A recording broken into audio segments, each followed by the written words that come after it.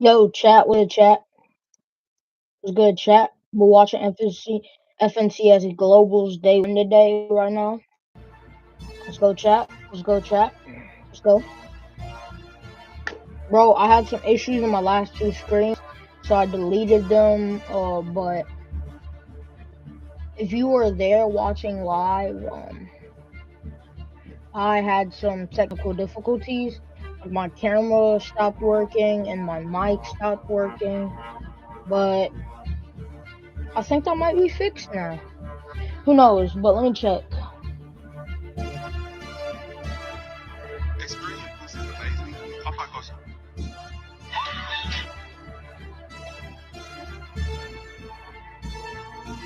Hello?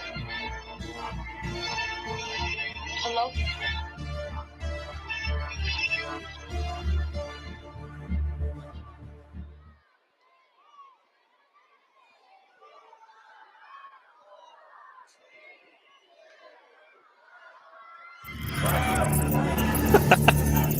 Welcome back to the FNCS live from Dickey's Arena. Every time we get that countdown, everyone in here starts to count down, and that's how we know. It's like, oh, time to focus back up. We are back in it. Now, after game number 4, Vico and Flixie pick up a victory royale. Guys, that was just a crazy game that for like a moment I really believed was Thomas HG and Queasy's game. Then they just said, nah, Heights ours. Exactly that, right? Me and Levin were like, oh yeah, this 8th zone position from Queasy and Thomas. They had the entirety of that hill/mountain kind of covered. It was like, wow, they have so much terrain covered, and that's going to grant you free high ground for the rest of the game. Flixie, though, gets ahead of the moving zone. Queasy jumps just a little too high with that Flowberry Fizz activated, stuck in no man's land all the way up there in the sky, and what a great bit of shots from Flixie to kind of secure the high ground for them. Yeah, unfortunately, probably not the best there from Queasy, right? Obviously, they start getting sprayed, so you know there's a team applying pressure on you. You fizz just in case you get chopped, but then you ain't got to jump, man. You jump and they instantly beam you, punished right there. Is it one of those things where that last game where they had the high ground, right? They didn't really get pressed for it. This game, they are getting pressed for it, right? Do they kind of like forget that can kind of happen? I'm not sure if they forget. I think it was one of those ones where you maybe just slip up in the moment, right? It's a very minor mistake. Unfortunate to get caught out by it. But from there, right, when Vico and Flixie went on to take the game, the crowd in here, they were rooting for one team and one team only to win that one, right? Everybody wanted Booga to win. You could feel everybody was getting ramped up every time Booga was on the screen. But Vico and Flixie ruined that party. And, you know, they've been ruining a lot of parties for people this year. These guys have been setting the lobbies on fire that they've been in. And it's good to see them get a win here. Crazy as well. They call out that forecast, right? Just allowing them to kind of have knowledge of where we're going next. That's just one less thing we have to think about. Now all we have to do, ruin your game plan, Booga. Nice try, man. I know where you're going. I'm going to make sure you get boxed out. And then, of course, on the other side, right, you're looking at Booga, and it's like, I have to navigate this building. I'm running on fumes, and these guys are just sitting up there waiting for me to come around this corner. Yeah, the castle was playing a big part of that. But yeah, me and Levin were like, wait, they're at a forecast tower, and it's not the one over by the railway. Right, so some adaptations, right? Maybe that's what we kind of can see from that halftime coach cooking something up. I mean, yeah, that was a big shock to me. We've all been discussing where they're going to fight Bryson Bolts for the forecast near Reckless Railways. They said, forget that forecast. We're going to head over to, Reels and fight over at the Reels. I mean, they took down, I think, Malibu Masashi in that game, right, which is a team that's been fighting for that a lot as well. They really made waves in that game. And if they're going to keep on just going for whichever bunker they see fit, I mean, those teams are going to have to really struggle to get a grip on the game. And we see because of that game, now 1 point behind Peterbot and Pollo, right? And just being on the flip side, for a moment at the very beginning of the game, we tuned into Peterbot, and you called out something, she's like, wow, 600 above Surge. Yeah. This is kind of crazy. But then it all falls apart for Pollo, right? And then Peterbot's put in that situation. He has to solo clutch. And he does put on points, and he's kind of keeping them just at bay. But now these guys are neck and neck. I mean, what a crazy thing, right? That game was going so well. They were just maxed. The storm surge is going well.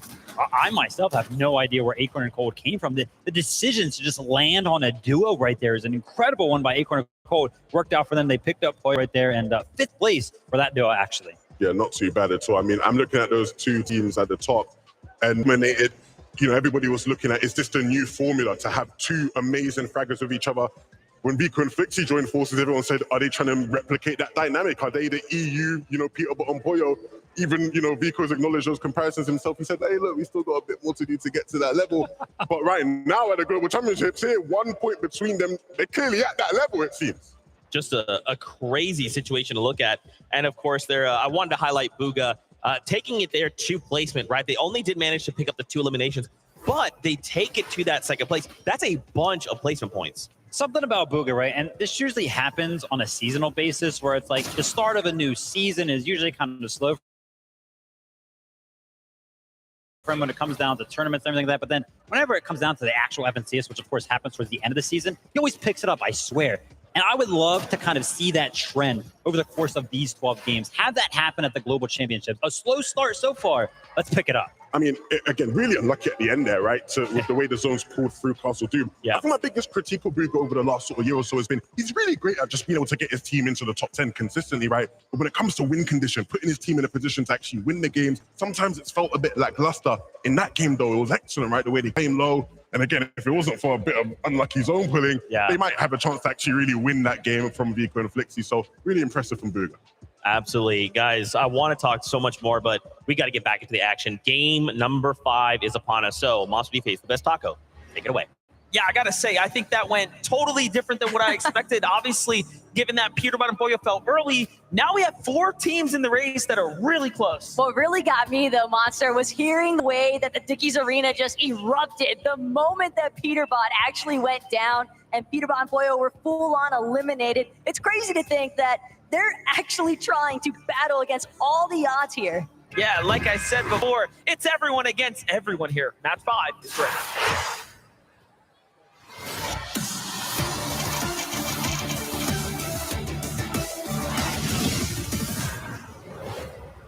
Match number 5 is kicking off here and now, and the standings couldn't be more closer. A couple of teams, though, are starting to find their strides, right? The top 10 ever evolving. A lot of those notables jumping up a significant amount now, really solidifying themselves in somewhat of a healthy position. Even if all things end now, the amount of points that teams like Acorn and Colt and above have earned is looking pretty good. A little bit more respect here coming out of Huddy and Kovacs, though. Sky Scroll, they're actually going to take over the second floor here at the mansion at Rebels Roost. And the biggest advantage right now for Sky is the fact that he's managed to find Sovereign Shotgun, but at the same time, there's a hammer pump here for Kovacs. And both of these duos, I think, acknowledging the fact that if they take a little bit more time to loot, it could go slightly better. But this could be disastrous. Murstache, Malabuka, they already started to get a little bit more caught up than they would have liked. They dropped 3 placements after the results of that last lobby and find themselves currently situated in 8th. And Alex Worthy, they're trying to make them sure that they're the first team to fall even. Yeah, Alex has a lot of HP here, but Worthy's a little worse for wears. Worthy falls, and we've already seen one 1v2 today. Let's not make it another. Power Alex is already pushing the agenda here. Well played for Australia's Alex and Worthy from Team Power, putting up the numbers. And, you know, if things continue to go that way, they'll see themselves in a good standing. But you can see it's not easy by any means to get the first drop in the first weapon. And talk about tough fights that could have went any way. Acorn and Cold seem to have had things slightly favor them this time around. Yeah, but at the same time, Cold losing Acorn and Alex and Sato may have done just enough damage. Fortunately for Cold, he is looking relatively undisturbed here at Brutal Beachhead, but any of those other teams lingering around that southern zone in the desert area happen to catch wind of the fact that Cold is a solo, and the reboot ban might be the biggest heads-up opportunity there. Could be disastrous, but Alex, Worthy, the Power Fellows, they don't even get to rejoice in their celebration coming out on top because Agers and Rise have arrived to the party. So have Batman, Bugha, and Rapid coming from the high ground there, finding tags onto Rise, almost saving the day at this point for Team Power. Agers, DT, Rise now have to back off, unaware of what all happened here. Meanwhile, Alex saves his trusty teammate here. He's got the stairway to heaven up there, though, man. That's kind of insane. Restored Reels certainly getting relatively active, but Alex Worthy probably just happy about the fact that they're going to have an opportunity to keep this one going. Stronger in numbers for sure. Vico and Flixie, though, they seem like they've really been heating up. Shadow hoping that he can cool them off, but Vico at the same time, he knows so much damage has been done, but he's going to find himself on the receiving end this go-round. It's all down to Flixie to clutch up. Flixie is very good, but going against Shadow here, I do think Shadow is an extremely strong box fighter. The edits come in though. Look at how fast Flixie manages to respond, but still Shadow with the better shots overall. And now a time to heal here. Flixie has to respect this duo now, and I think he knows that. Tries to go up to find and secure his elimination. Can he track it back here is the question. Seems like he knows where it is, more or less. At the very least, I think Flixie wants to ensure that whether or not he wins his exchange between himself and Shadow. In fact, Virgo had all the goodies that Flixie could have possibly wanted. It was a med kit that came out of the body loot. So pressure is on now for Shadow. Very high likelihood that Virgo was able to communicate. He got my med kit. And so that means that Shadow has got to act fast if he wants to prevent.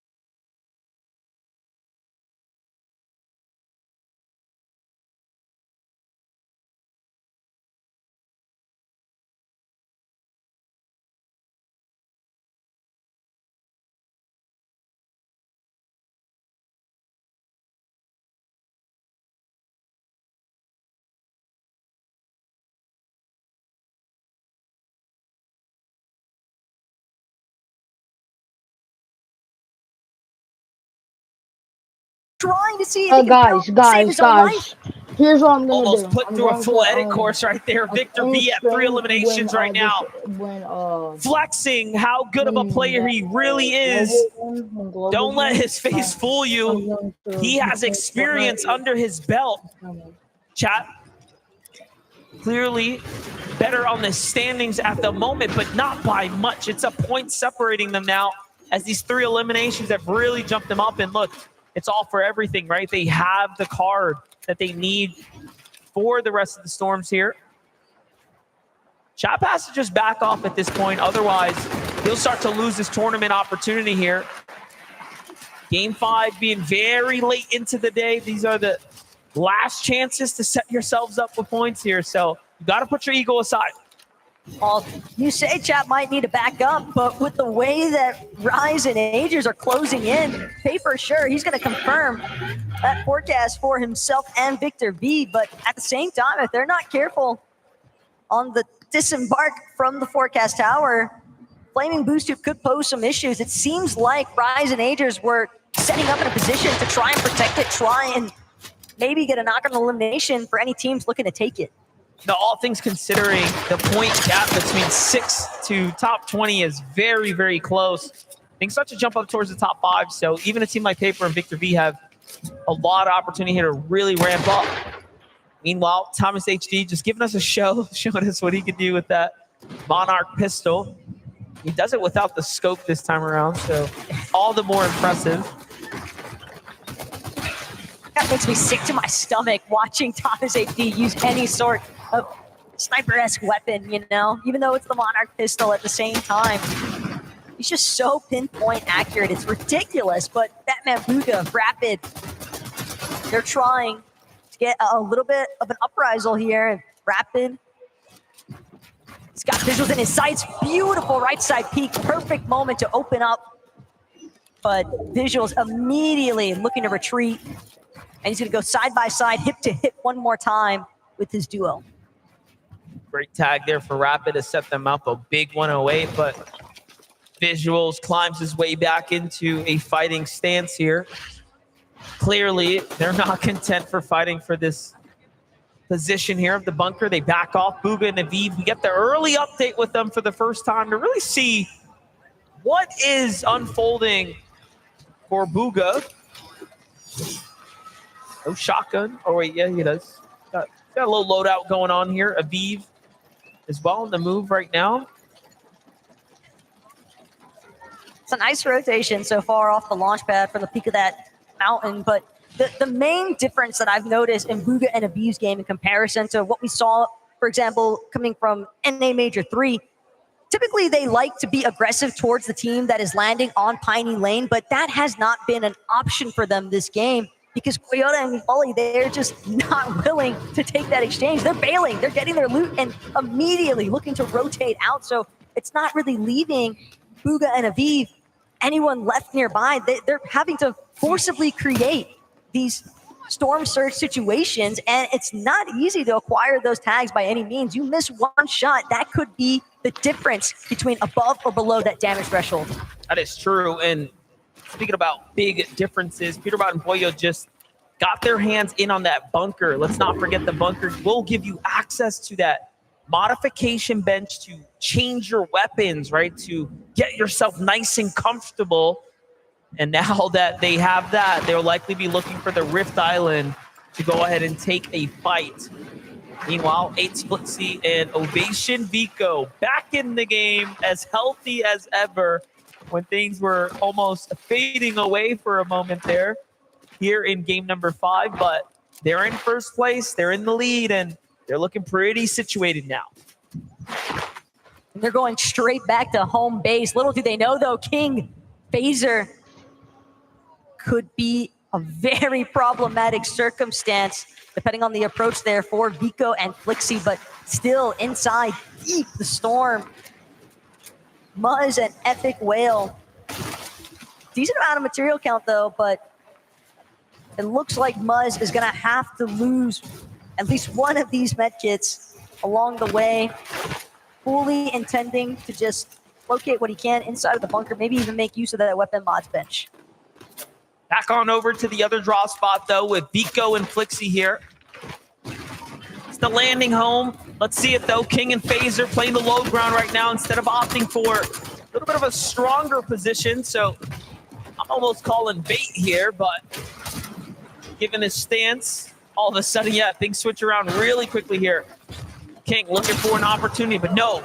Drop, trying to run here. Phaser must have called back off, and it's not working well. Not right now for them. Vico and Flixie still on the pulse here. Phaser barely gets up to that next layer.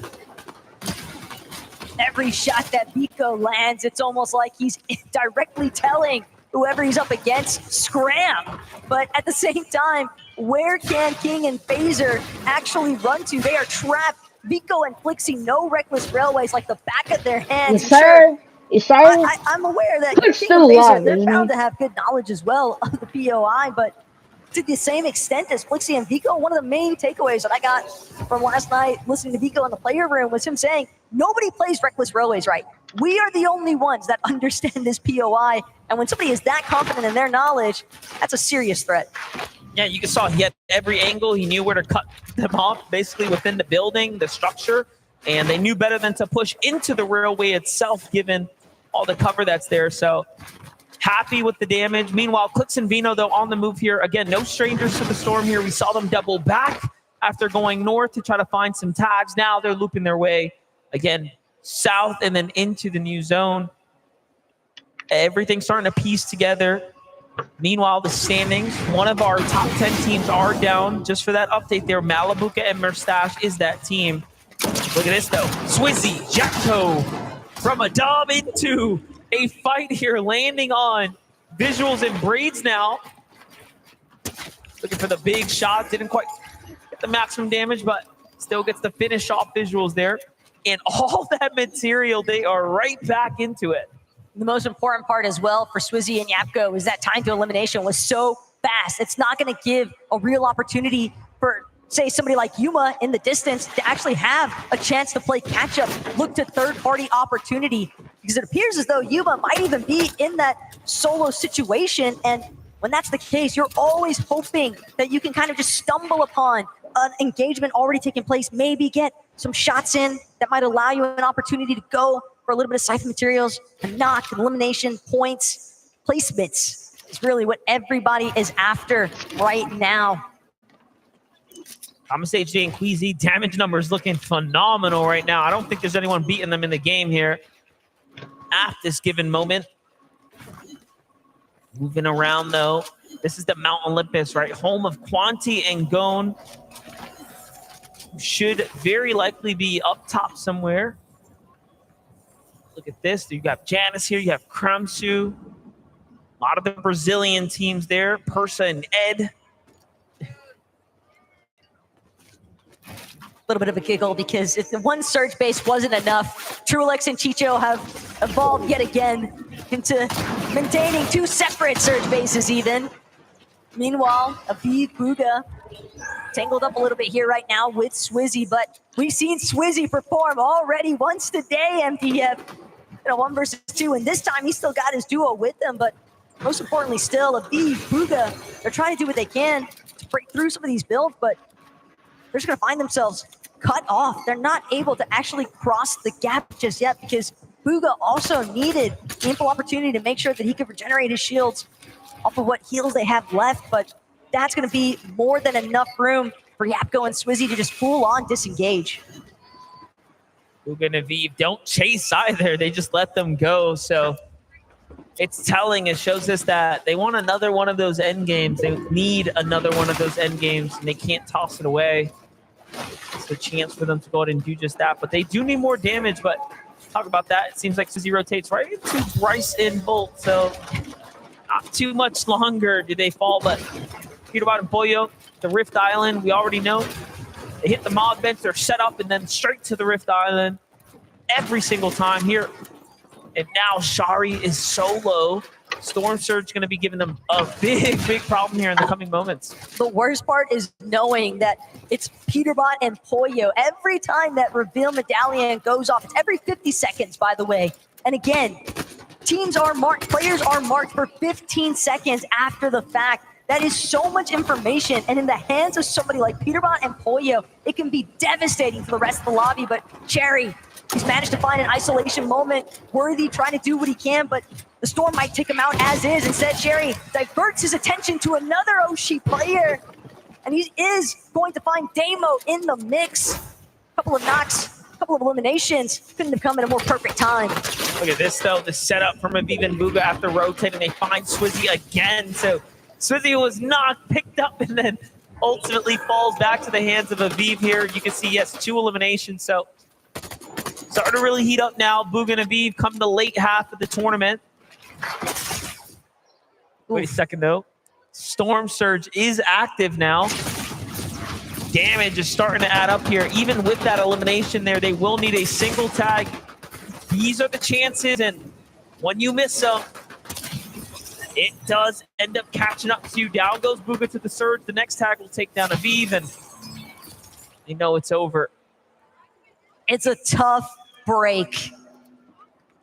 Devastating one potentially, but at the same time, the mental bounce back, the mental fortitude that players like Aviv and Buga are sure to compose themselves with. See how they bounce back in the final match of day 1 here today, but more importantly still, all these other duos, all these other players that still remain, Monster, Scroll, Sky, trying to scale their way down, but crossing bodies of water, knowing that there's teams already set up on elevation, shots just pouring in from multiple directions. and you're still trying to maintain focus for an open opportunity. Scroll can't even take any sort of chance to heal. He knows that if he pauses one moment too long, that's where he'll be taken down. The build count just not where it needs to be. Handful of armored walls remain now for Sky. He's still trying to see if he can get one more shot in. Any sort of a break at this point, but essentially MDF, it looks like they're about to fall just outside the placement point zone. Yeah, he's got Batman Booga coming right at him as well.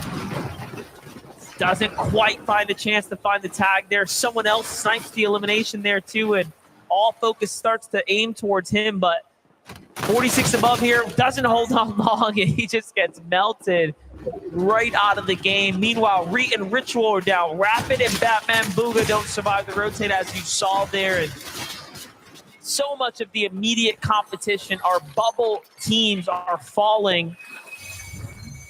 It's going to make for a very interesting last game of day number 1, given how close it's going to be point-wise. So we're going to see a lot of changes come that last round, but Vino and Clicks holding on by a sliver here.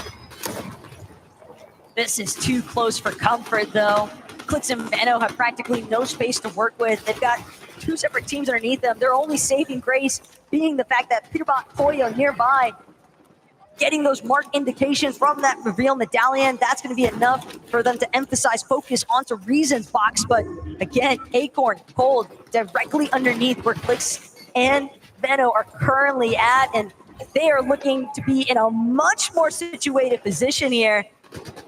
This is tough stuff. Look who's got high ground again. Flixie and Vico take the chance here while everyone's playing passively boxed up. They snipe up a strong spot, and they already have the marker set up for another high ground spot. And you can tell they're playing for wins here. This is all win condition setups. Meanwhile, Vino and Clicks struggling here below the surge, need damage, they need health. And it's a very healthy Vico and Flixie above them, so not an easy duo by any means, but they don't have that information. Veno knows that they don't really have much of a choice at this point. They've got to jump into just about anyone's box if they want to keep this game 5 run going strong, because a refresh is a necessity at this point. The material count entirely too low. They need heals as well, and they're not going to find it unless they eliminate somebody else. But overhead, Vico catches a glimpse of Clicks, takes out a huge chunk of his HP, but at the same time, Clicks actually does wind up falling, and Veno meets a similar fate. Just no escape from the top end of the leaderboard. And they just play so smart. Vico and Flixie use those armored walls perfectly to bait them around, and then right when you think they're not interested in fighting, they get at the top on the Vino and Clicks there, and you know, it's just excellent defense, and clearly they're playing so well. It's hard to compete against that. And talking about that, Peterbot and Boyo continue to find eliminations. Take a look at the replay here. While all of that was unfolding, they find threats with the finish there. Now that's 3 Elans, another end game, inching its way towards them now, as we're almost to zone number 9. Big moves here for Peterbot. They're going to give up the high ground a little bit here to play the low front side. Very interesting strategy, given that they had mats to work with. But too many teams are alive for their liking, it seems.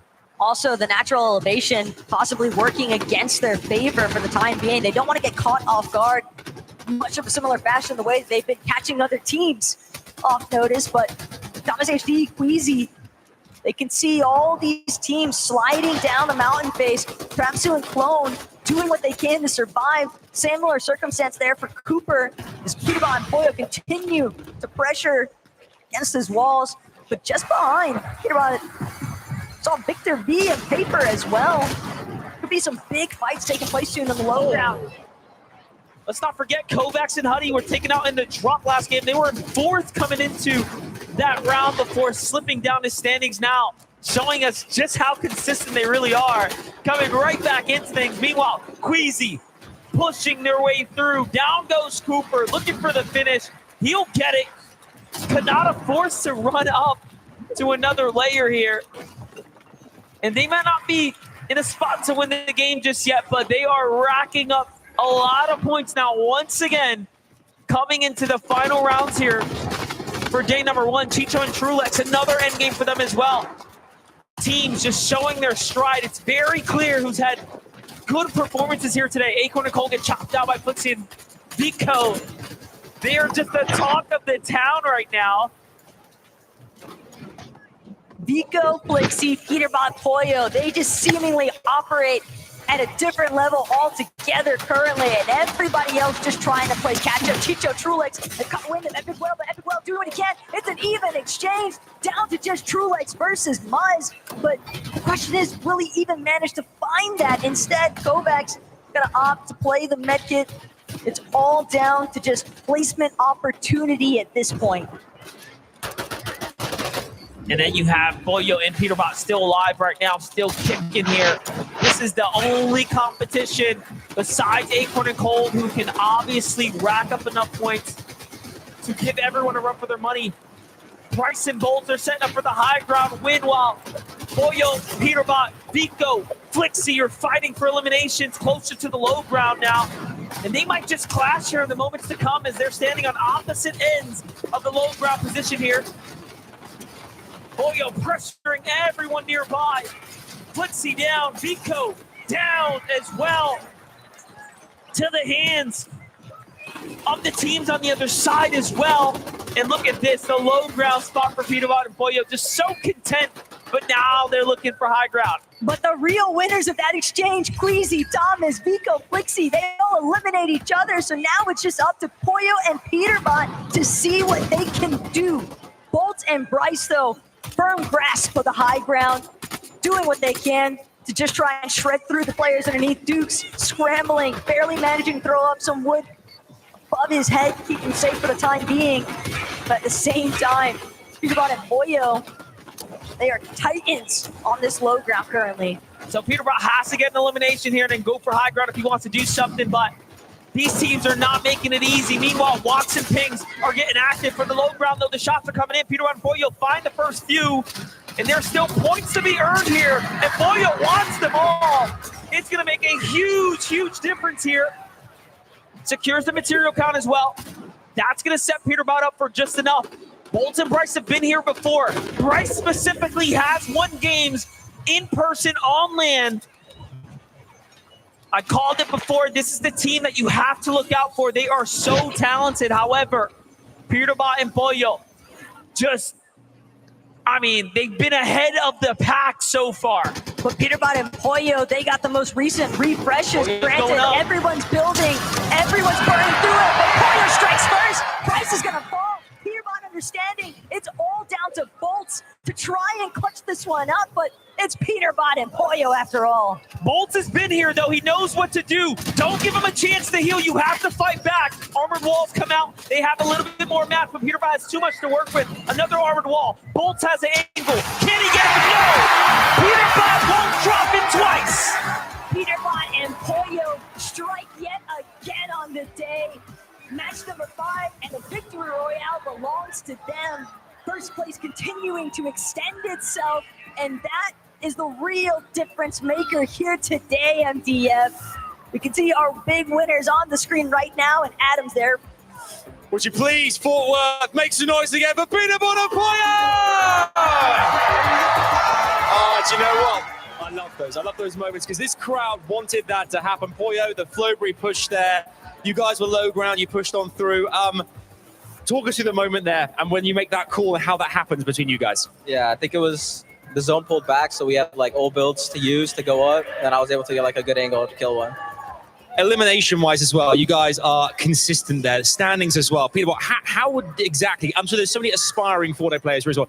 It's just constant for you guys. Major wins. What is the magic, the secret sauce that is really making you guys, ensuring you get to these top spots right now?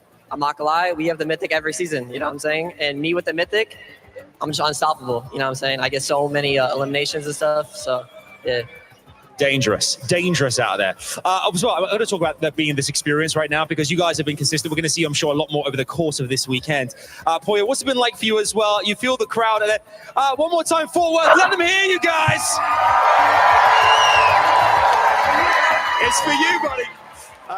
They're amazing, by the way. And I mean, this must be a lot of wind in your sails as well. How does it feel to be performing in front of this crowd here at Global Championships? It feels amazing, especially getting a win. It's like hype. And then like on the walkout, everyone is cheering for us. Yeah, it feels great. Okay, and I want you one more time. Anything you want to say to people, to the crowd right now, to get them even more hyped than they are already? Hey, I appreciate you guys, and yeah, we're winning this right now. There you go. Give it up for Peanut Butter Fire! GG's, fellas.